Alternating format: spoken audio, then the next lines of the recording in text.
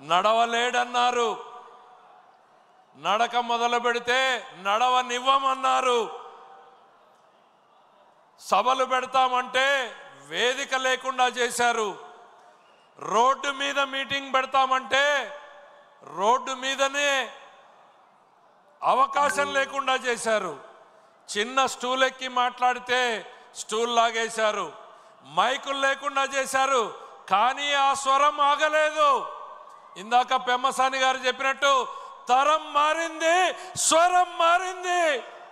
ఆ స్వరం ఈ రాష్ట్రాన్ని 3132 కిలోమీటర్ల పాటు ఆ పాదయాత్ర కొనసాగింది.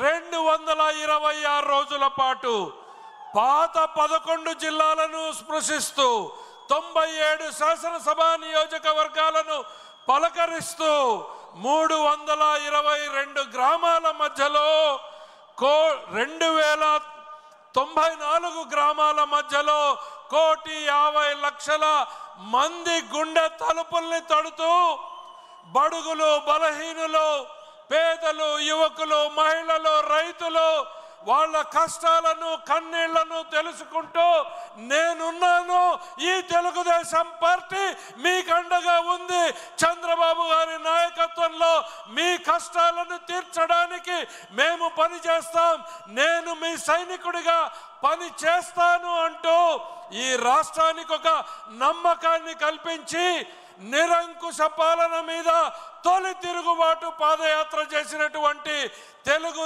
సైనికుడు, తెలుగు సేనాధిపతి మన నారా లోకేష్ గారు.